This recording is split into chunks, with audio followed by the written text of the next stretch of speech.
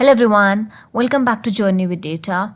This video is a part of our ongoing Python tutorial series, and in the last two videos we had focused on Python data types like strings, integers, and lists, tuples, and dictionaries, the very basics of it, and we had also covered immutability through an example. Now this video will focus on Python variables, as in the basics of Python variable. We will learn how to create a variable and some rules that you should follow while creating a variable, the scope of the variables, and so on. So let's start with the video. Now, talking in technical terms, variable in Python is something whose value may change. For example, let's see that this thing x. Now, what is a variable? Now, as the name implies, variable is anything whose value varies, or talking technically, anything whose value may change. For example, I have created a variable x here whose value is 20. So this means that x has been assigned a value of 20. Here y has been assigned a value of high. This means that x and y both are variables that hold data of different data types. The reason is because Python is an object-oriented programming language, and everything in Python is an object that will refer to a class. For example, here x is 20 or y belongs to high, and if you just here I've printed out these variables x and y, that is the value. But if I just print out the type of these variables, you will see that x belongs to an integer data type.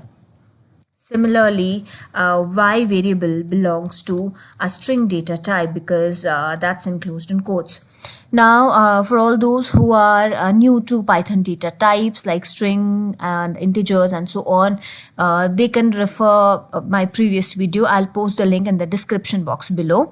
So that's very basic about variables.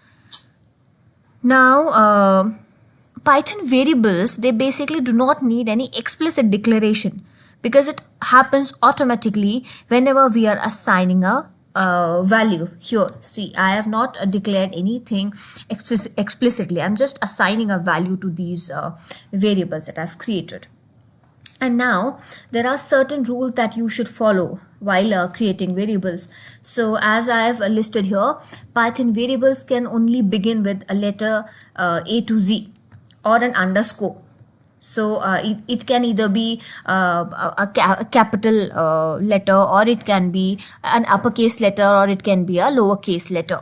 And remember, if I create variables like x and capital X equals to let's say 30, and if I just print out these variables, you will see that both small x and capital X, they will be treated differently.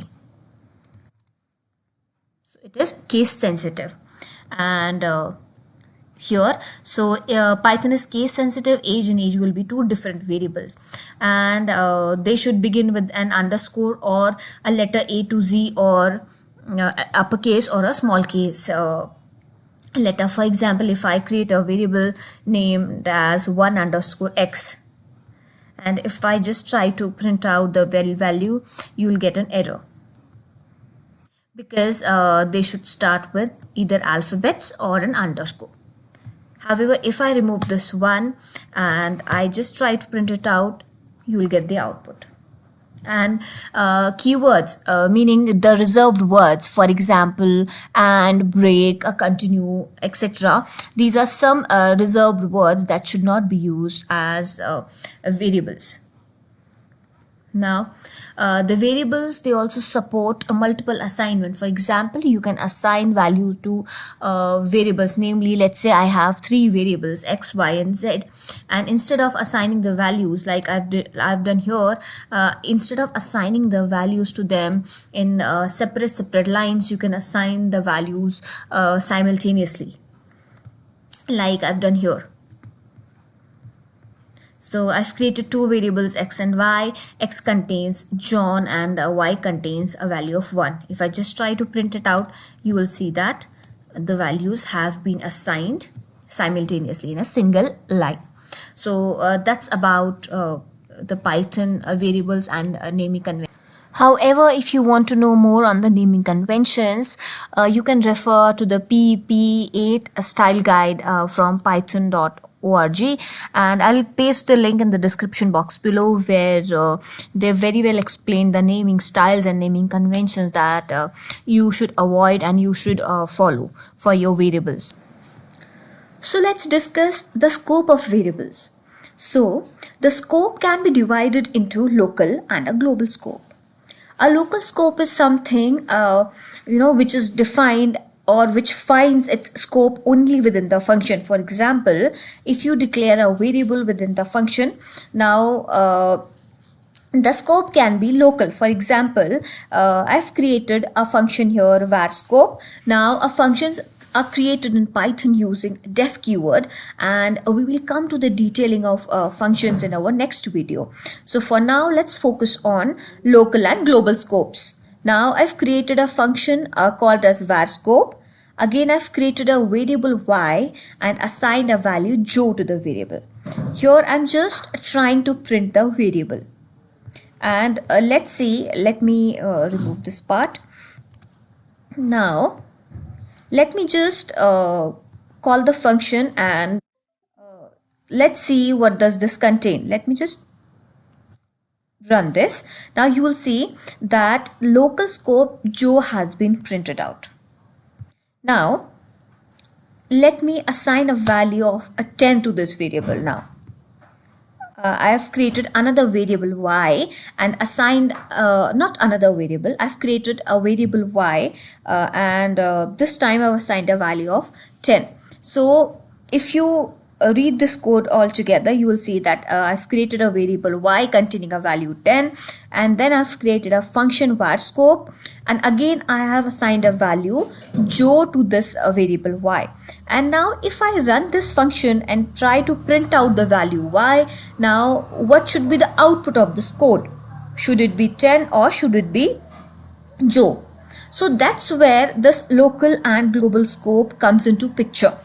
Now if you run this, you will see even though the value of y was 10 here, the value Joe has been printed out because this variable y has a local scope, meaning it is defined only within this function. So that's what we mean by local scope. Now if I just modify this, I'll just print this variable outside the function now, because this variable was within this function. If you just look at the indentation, and here I am printing this variable y outside the function. Now let's see what should be the output. It takes a value of 10. So that's a global scope. So let's take another example. Here I've created a variable var1 which has a global scope and has a value John. Now again I've created a function and another variable var2 which has value Joe, and this variable has a local scope because it is defined only within this function. Now if I print the value for var1 and var2, it will have the values namely John and Joe, because that's the output, because var1 has a global scope and var2 has a local scope, and there is no other scope defined for these variables other than this. Simple, isn't it? So let's modify this and let me create a global scope for var2 now, and I am assigning Joe1 to this var2. Now notice this var2 has a global scope having a value of Joe1, and this var2 has a local scope here having a value of Joe. Now if I print var1 and var2, what should be the output? Should Joe1 be printed or should Joe be printed? Let's run this. You will see that a value for variable 2 with the output Joe has been printed out, because this function, this variable has a local scope and I am printing the values only within this function. Now if I print the value for var2 here, if you see it, this time it will contain jo1, because I am accessing this variable outside this function, and within this function it will display the value that has been locally set for this. Now let's take another example. Again a variable var3 having a global scope, and this time it has a value of CA, and var3 has a local scope here containing CZ. Now if I print this var3 within this function, you will see that this will take the value of whatever the value has been locally set for this variable, because I am printing it inside this function and there is a local value available. So that's CZ. And again, if I repeat the same exercise, if I print var3 outside this function, you will see that CA will be printed out. So that here this is a global variable. It takes the value of whatever the value has been globally set for this variable now. So I hope that you like this video and you gain something out of this.